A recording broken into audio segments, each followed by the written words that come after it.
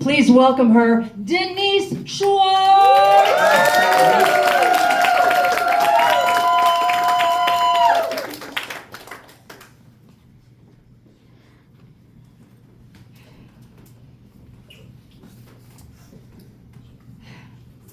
So, John, my cute 35-year-old personal trainer with blonde curly hair, blue eyes, and tattoos on his arms, he and I swap services.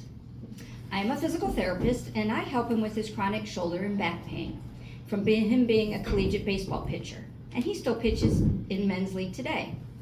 And I get no greater joy than when I get a text from him saying, "Oh, my ass really kicked in today. I pitched better than ever, and I had no pain." John and I are spending a day together. Am I ready for this? I never really thought this would ever happen. I am recently divorced after 34 years of marriage. My husband and I began mediation earlier this year for our impending divorce. We worked hard on the marriage. However, at some point, I lost hope that anything would change. But it took me another 8 years to commit to myself to ask for a divorce. During this time, I can't focus to read a book. I can't listen to podcasts or audiobooks like I usually do. Instead, I listen to music, and I feel the music moving me, and it grounds me in my body, keeping me out of my head. And lyrics take on a new meaning. Before another sun rises, before another night falls, I walked off you, and I walked off an old me. And I become obsessed with the TV series Younger.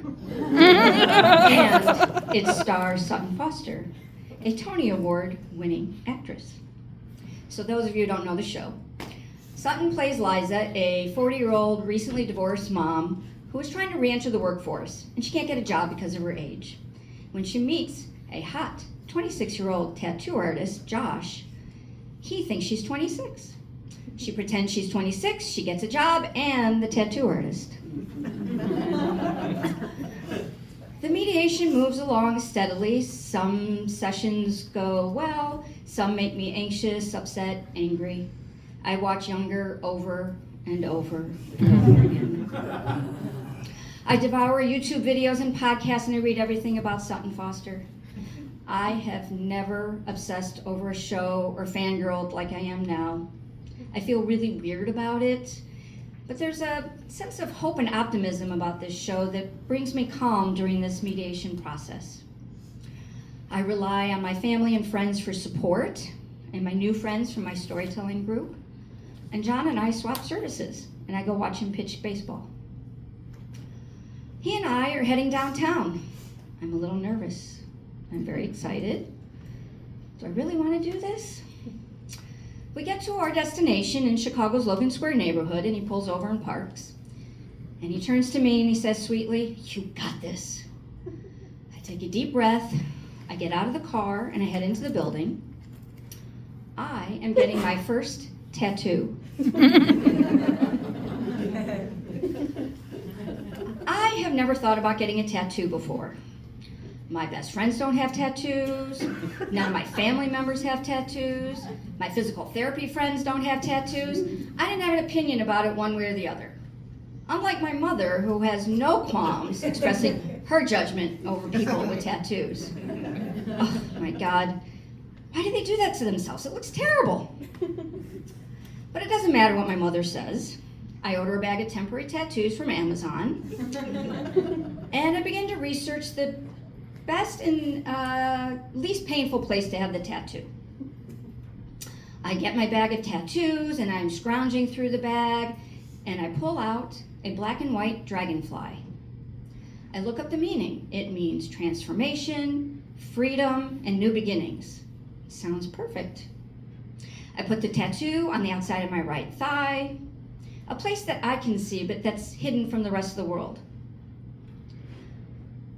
I feel like I have a secret. I don't tell anybody.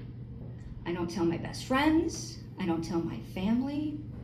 I don't tell my patients. I only tell John. And he is super psyched that I want to get a tattoo. Sorry. So when I tell him I made an appointment with a tattoo artist, his immediate response is, I'm taking you there.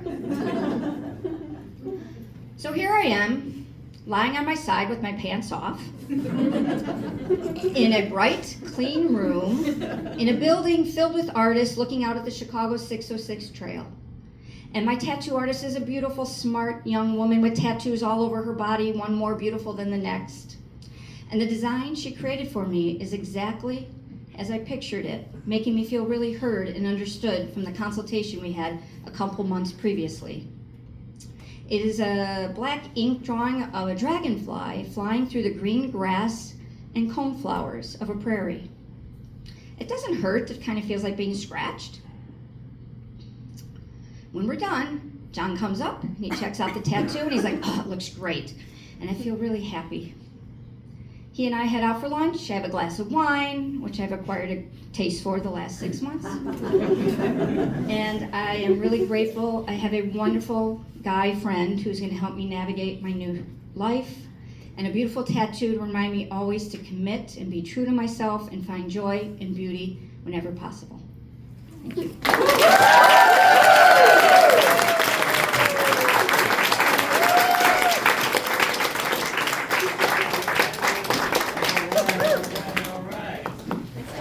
I got you a song. That was a great story. I feel like it deserves a title. It's time to put a title together. So the title of this one is Tattoo on My Teeth.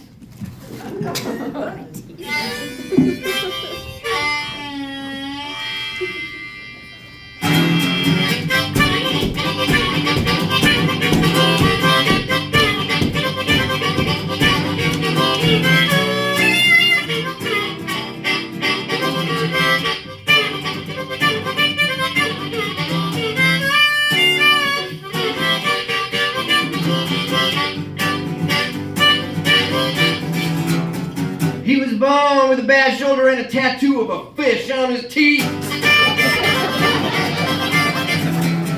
I was a divorcee with a mediator and a penchant for ADHD. All the podcasts in the world couldn't obscure me and my favorite show. I binge watched that shit. And then a sexy lady cyber stalked him until you don't know.